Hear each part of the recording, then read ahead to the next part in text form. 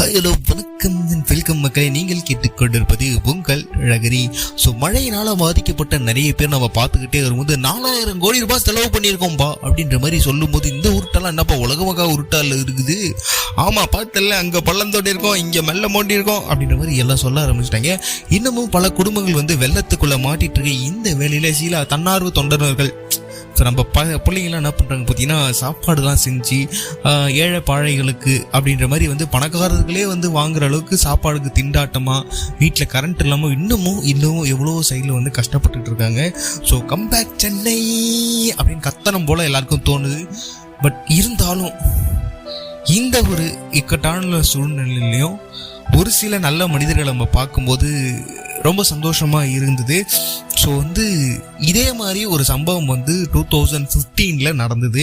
So அந்த ஒரு எக்ஸ்பீரியன்ஸை உங்ககிட்ட ஷேர் பண்ணிக்கலாம். அப்போ எனக்கு இந்த மாதிரி பேசுறதுக்கான இடம் எதுவும் கிடைக்கல யுவர் ஆனர், அதை இப்போ நான் சொல்ல போகிறேன் யுவர் ஆனர் அப்படின்ற மாதிரி உங்ககிட்ட பேசுறதுக்காக இன்னைக்கான கண்டென்ட்டை நம்ம ஸ்டார்ட் பண்ண போகிறோம். நீங்கள் கேட்டுட்டு இருக்கிறது அழகரி, நான் உங்கள் டாக்டர் ஹரிஹரன் ஸ்ரீ. போலாமா? ராசா மகராசா எங்கையா. ஸோ ஹலோ வணக்கம் அண்ட் வெல்கம் மகளே, நீங்கள் கேட்டுக்கொண்டிருப்பது நாள் நாம் இருக்க வித் ஆர்த்தே பாலாஜன் டின் டாக் அப்படின்ற மாதிரி சொல்லணும் எனக்கு ஆசை தான். ஸோ ஆனால் என்ன பண்ணுறது, நமக்கு அவ்வளோ யூஸ்ஃபுல்லாக போகாது. இருந்தாலும் என்னோட ரசிகர்களுக்காக, யார் பாது யாருமே இல்லை, இருந்தாலும் சேர்த்துக்கலாம். ஓகே. ஸோ என்ன பார்த்தீங்கன்னா முன்னொரு காலத்திலே நான் அசோக் நகரில் வாழ்ந்த காலத்திலே அங்கே நாங்கள் ஜாஃபர் கான் பேட்டை, கரெக்டா சொன்னோம் பாத்தீங்களா, பேட்டை ஆளுங்க, பேட்டை பராக். ஸோ ஜாஃபர் கான் பேட்டையில வாழ்ந்து அந்த காலத்துல பாத்தீங்கன்னா இட்ஸ் நியர்லி 2015. அந்த டைம்ல என்ன ஆச்சுன்னு பாத்தீங்கன்னா, திடீர்னு சரியான மழை. எங்க ஜாஃபர் கான் பேட்டையில அசோக் நகர்ல என்னன்னா, இந்த செம்பரபாக்கம் ஏரி நிரம்ப ஆரம்பிச்சிச்சு. அப்படின்னா அப்போ அசோக் நகர்ல தான் செம்பரபாக்கம் ஏரி இருக்கான்னு யாரும் கேட்காதீங்க. அந்த கேள்விக்கான பதில் இன்னி வரைக்கும் எனக்கு தெரியல. ஸோ அந்த மாதிரி அந்த ஏரி திறந்து விட்டாங்கன்னா எங்களுக்கு பின்னாடி இருக்க வீட்டுலாம் முழுகி இருக்கும், நல்லா தெரியும். அது போனாலே அந்த ஏரி ஃபுல்லாக தண்ணி இருக்கும். அப்புறம் ஒரு 4 நாளில் வடிஞ்சிரும். ஸோ அந்த கும்பலில் ஏரி திறந்து விட்டுருக்காங்க போல, இது நார்மலாக நடக்கிறது தான் அப்படின்ற மாதிரி ஒரு கோயிலே முழுகிலாம் இந்த மாதிரிலாம் நாங்கள் பார்த்துருக்கோம். அந்த ஏரியா மக்கள் அதை ஒரு சர்வசாதாரணமாக எடுத்துருவாங்க. ஏரி திறந்து விட்டானுங்களா, இவனுக்கு வேறு எந்த வேலையும் இல்லை, 10 நாளைக்கு கரண்ட் இருக்காது அப்படின்ற மாதிரி அவங்க சாதாரணமாக, இன்னைக்கு ஸ்கூலுக்கு போகணும்ப்பா, நாளைக்கு ஏரி திறந்து விட்றாங்களாம்ப்பா, அப்படியா தண்ணி வரும், சரி நாங்கள் மொட்டை மாடிக்கு போய்க்கிறோம் அப்படின்ற மாதிரி அந்த ஏரியா மக்கள் சாதாரணமாக வாழ ஆரம்பிச்சிட்டாங்க. என்னையா நடக்குது இந்த ஊருக்கு, நம்ம ஊருக்கு என்னதான் ஆச்சு அப்படின்ற மாதிரி அதை ஆச்சரியமாக பார்த்துட்டு இருந்தேன் நான். திடீர்னு ஒரு நாள் சரியான மழை. ஸோ அன்பார்ந்த வாடிக்கையாளர்களே, நாளை முதல் பள்ளி கல்லூரிகளுக்கு இலவசமாக லீவ் விளப்படும் அப்படின்ற மாதிரி லீவு சொல்லிட்டாங்க. ஸோ இலவசம் பண்ணோடனே அந்த மாதிரி மைண்ட் செட்டுக்கு போயிடுச்சு. ஸோ அந்த மாதிரி லீவுன்னு சொன்னப்போ எனக்கு ஒரே ஜாலி. ஐயா நாளைக்கு காலேஜ் போக தேவையில்ல, டிஜி போனால் அந்த கேள்வி கேட்பானே, அதுக்கெல்லாம் பதில் சொல்ல தேவையில்லையே பவு அப்படின்ற மாதிரி சந்தோஷமா இருந்த அந்த வேலையில நைட்டு நல்லா தூங்கிட்டே இருந்தப்போ திடீர்னு போலீஸ் அனௌன்ஸ்மெண்ட்லாம் கேட்குது. யாரும் வீட்டில் இருக்க வேண்டாம், எல்லாரும் இங்கிருந்து வெளியே போகவும், எல்லாரும் வீட்டில் இருந்து வெளியே போகவும், தண்ணி வந்து கொண்டிருக்கிறது அப்படின்ற மாதிரி ஏதோ கத்திக்கிட்டே வந்திருந்தாங்க. எங்க வீட்டுல எல்லாம் கொரட்டை விட்டு தூங்குறாங்க. தெரியும் சொல்லிட்டு போய் எட்டி பார்த்தா எங்க வீட்டுக்கு கீழே ஒரு கார் நிற்கும். அந்த காரை காணும், பொதுமக்கள் எல்லாரும் ஓடிக்கிட்டு இருக்காங்க. என்னடா காரை காணும், கார் களவான்ட்டாங்களான்னு எட்டி பார்த்தா அந்த காரோட கம்பி மட்டும் தெரியுது. என்னடா நடக்குதுங்கன்னு பார்த்தா எல்லாரும் தண்ணியில பாதியில நடந்து போயிட்டு இருக்காங்க. ஒவ்வொருத்தரோட நெஞ்சு வரைக்கும் தண்ணி இருக்கு. என்னது இது, என்ன நடக்குது அப்படின்னு போய் பார்த்ததுக்கு அப்புறம் தான் தெரிஞ்சுது, தண்ணீர் அவ்வளவு மேலே உள்ளது. ஐயோயோ அப்படின்னு சொல்லிட்டு எங்க அப்பா கிட்ட போய் சொல்லும்போது மூட்டு படுறா அப்படின்னாரு. சரி நமக்கு எதுக்கு வம்புன்னு நானும் போய் படுத்துட்டேன். அதுக்கப்புறம் என்ன ஆச்சுன்னா, கொஞ்ச நாள் அப்படியே போயிட்டு இருந்தது. கொஞ்ச நாள் இருப்பேன், கொஞ்ச நேரங்கள் கழிந்தது. நமக்கு தூக்கம் வராது இல்ல, ஒரே அரசல் புரசலா சவுண்டு கேட்குது, அப்படின்றாங்க இப்படின்றாங்க. ஒரு கட்டத்துக்கு மேல ஒரு சவுண்டே கேட்கல, மழை ஜோன்னு பிழியுது. ஏதோ நாங்க சுத்தி இந்த அருவி காடுகளுக்கு நடுவில் இருக்க மாதிரி ஒரு ஃபீல் இருந்தது. இதெல்லாம் ஒரு பெரிய கூத்து என்னன்னா, திடீர்னு கரண்ட் எல்லாம் ஆஃப் பண்ணிட்டாங்க. ஆனா குளு குளு குளு குளு குளு குளுன்னு இருக்கு. பாரு பீச் ஹவுஸ் என்னடா பீச் ஹவுஸ், இங்க பாடுற போட் ஹவுஸ் அப்படின்ற மாதிரி இருந்தது. கடைசியில பார்த்தா, வெளியே போய் பார்த்தா ஒரே தண்ணி. ஃபர்ஸ்ட் ஃப்ளோர் முழுகிடுச்சு, செகண்ட் ஃப்ளோருக்கு தண்ணி வரப்போகுது, அந்த அளவுக்கு இருந்தது. ஸோ பார்த்துக்கிட்டு இருந்தா மொத்தம் இருந்தது ஆப்போசிட்ல ஒரு வீடே கண்ணுக்கே தெரியல. ஏன்னா மயானா பூமியாவில் இருக்கு அப்படின்ற மாதிரி இருந்தது.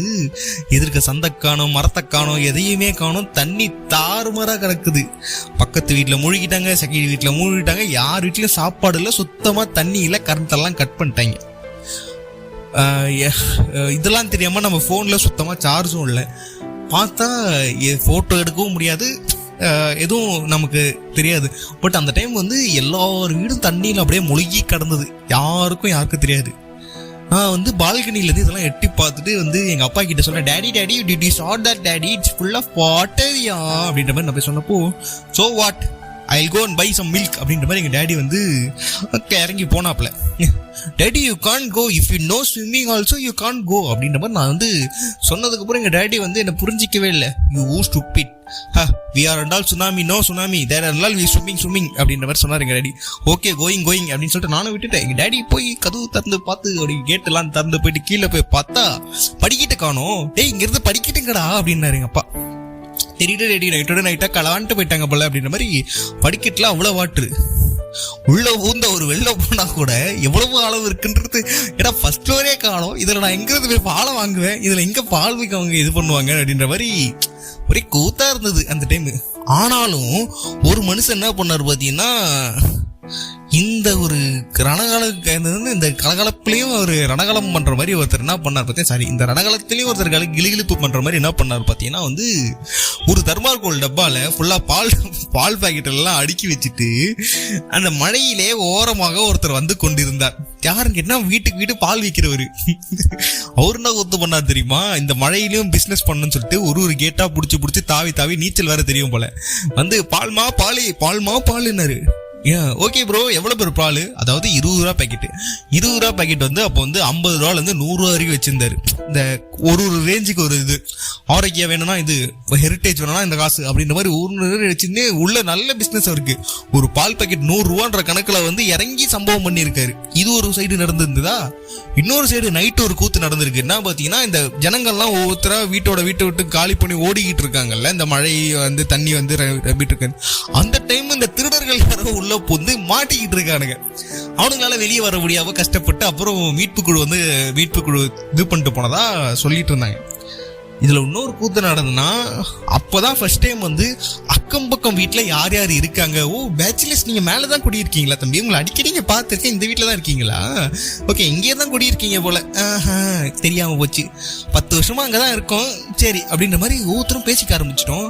ஏய் என்னடா ஒரு போன் இல்ல, ஒரு தண்ணி வந்து எல்லாரும் வெளியே வந்தா இத்தனை ஜனங்கள்லாம் இருக்கீங்களா, இதெல்லாம் தெரியாம போச்சுன்ற மாதிரி இதுவாச்சு. இன்னொரு கூத்துனா, எங்க வீட்டுல குழம்பு வச்சிருக்கோம், உங்க வீட்டுல சாதம் வடிச்சிட்டீங்களா, நம்ம ஷேர் பண்ணிக்கலாமா, ஏன்னா எல்லாரும் வீட்லயும் தண்ணி இல்ல, ஓகேவா.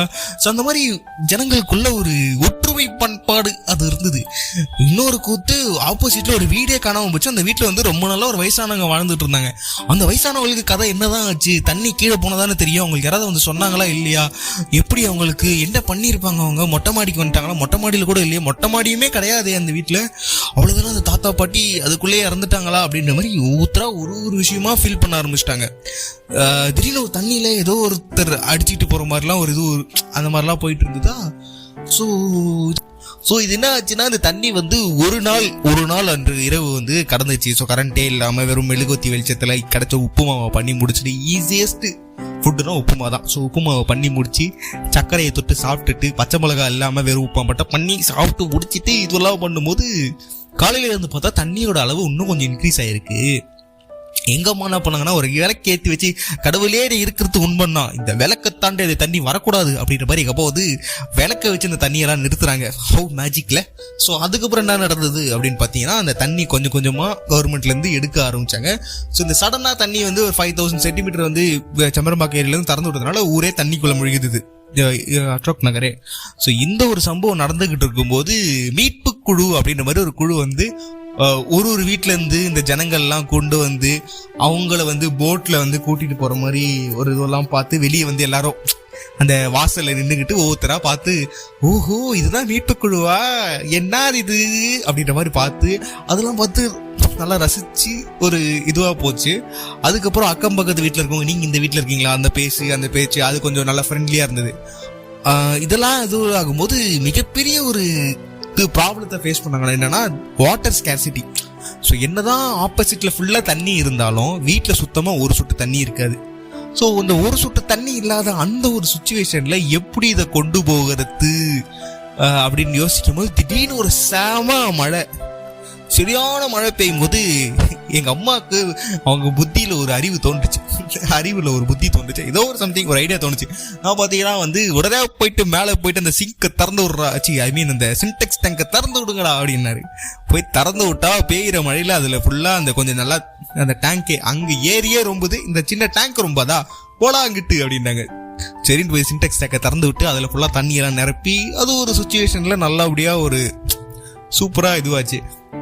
ஸோ அதுக்கப்புறம் தண்ணி எல்லாருக்கும் அந்த 10 வீடுக்கும் தண்ணி நல்ல ஒரு இதுவாக போனதுக்கப்புறம் என்ன ஆச்சுன்னா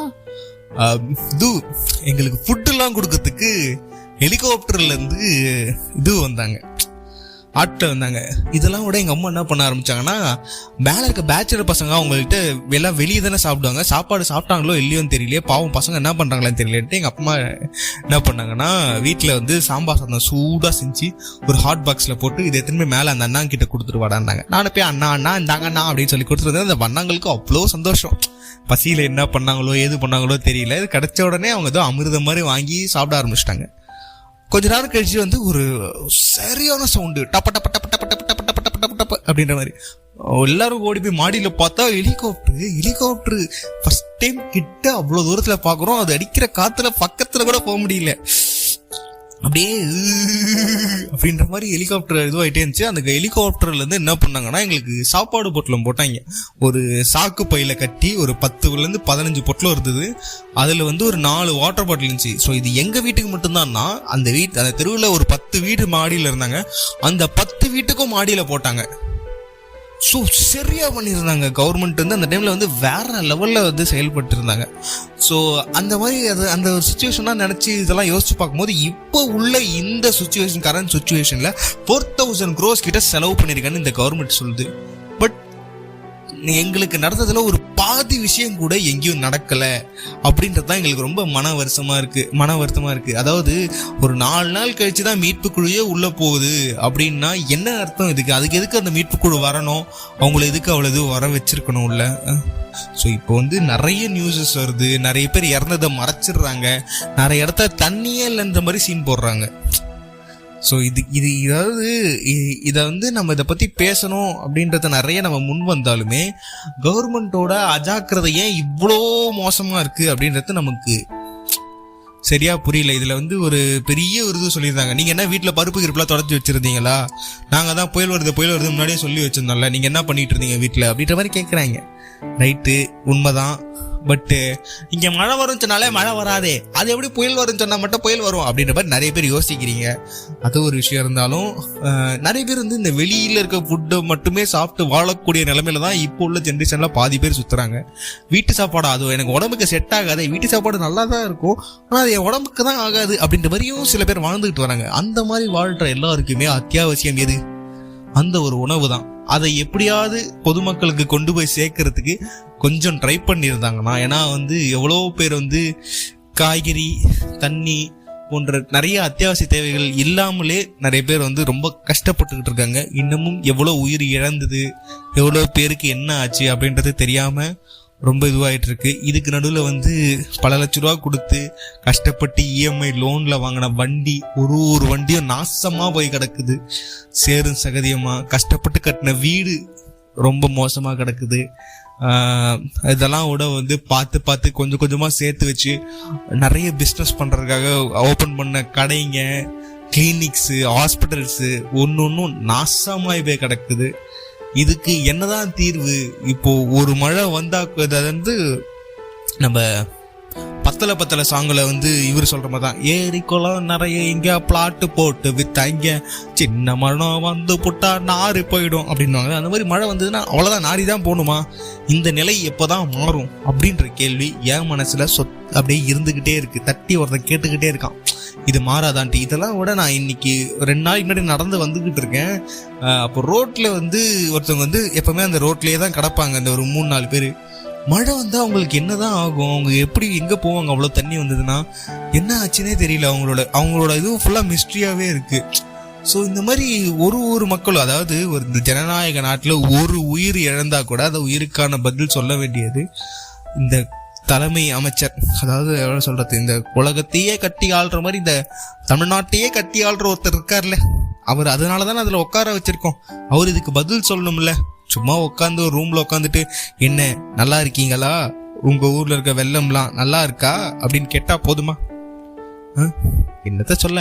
ஸோ ஆனா நான் பொதுவா என்ன சொல்ல வரேன்னா, நான் பார்த்து நாங்க தண்ணியில பாதிக்கப்பட்டப்போ எங்களுக்கு நேரடியா ஹெல்ப் பண்ண நிறைய பேர், பெரிய பெரிய மினிஸ்டர்ஸ், பெரிய பெரிய ஆட்கள் தான் வந்தாங்க. இத்தனைக்கும் எங்களுக்கு டேப்லெட்ஸ், கஷாயம் அந்த மாதிரி ஒன்னொன்னா எத்தனை கொடுத்தாங்க. ஃப்ளட்டுக்கு முன்னாடி ஒரு ஆப்ரேஷன், ஃப்ளட்டுக்கு அப்புறம் ஒரு ஆப்ரேஷன்ற மாதிரி பண்ணியிருந்தாங்க. ஸோ எங்களுக்கு ஃபீவர்ஸ்லாம் வராமல், ஜுரம்லாம் பரவாமல் பார்த்துக்கிட்டது, ஒரு விஷயமும் எங்களுக்கு பார்த்து பண்ணாங்க. ஸோ அந்த மாதிரி ஒரு கவர்மெண்ட் இப்போ இல்லை அப்படின்றது உண்மையான ஒரு விஷயம். ஸோ அது ரொம்ப மனசுக்கு கஷ்டமாக இருந்தது. அதை யார்கிட்ட புலம்பலான்னு ஆசைப்பட்டு இன்னைக்கு உங்ககிட்ட சொல்லியிருக்கேன். ஸோ இதை பற்றி அடுத்த எலெக்ஷன் வரும்போது நம்ம யங் ஜென்ரேஷனான நம்ம கண்டிப்பாக இதை பற்றி யோசிக்கணும். இதை வச்சு இவங்க பண்ணுற அந்த டைமில் வர ஃப்ளாஷ் நியூஸை மட்டுமே வச்சு நம்ம கன்சிடர் பண்ணக்கூடாது. இதை பற்றி யோசித்து இதுக்கான முடிவை நம்ம எடுத்தால் மட்டும்தான் இதை சீக்கிரத்தில் இதுக்கு ஒரு தீர்வு கொண்டு வர முடியும். இந்த ஃப்ளட்டு முடிஞ்சிருச்சுன்னு இதை பற்றி மட்டும் யோசிக்காம, இந்த ஃப்ளட்டு முடிஞ்சதுக்கப்புறம் இனிமேட்டு இப்படிப்பட்ட ஒரு ஃப்ளட்டு வராமல் இருக்கிறதுக்கு ஏதாவது ஒரு ஐடியா நமக்குள்ள நம்ம ரெடி பண்ணால் மட்டும்தான் இதிலிருந்து வெளியே வர முடியும். ஸோ மற்றும் ஒரு சுவாரஸ்யமான ஆடியோவில் உங்கள் காதுகளை கிழிக்கிறதுக்காக நான் ஓடி வந்துட்டு இருக்கேன். நீங்கள் கேட்டுட்டு இருக்கிறது ரகரி. நான் உங்கள் டாக்டர் ஹரிஹரன் ஸ்ரீ. மற்றும் ஒரு சுவாரஸ்யமான ஆடியோவில் வரேன். பத்தா மாமே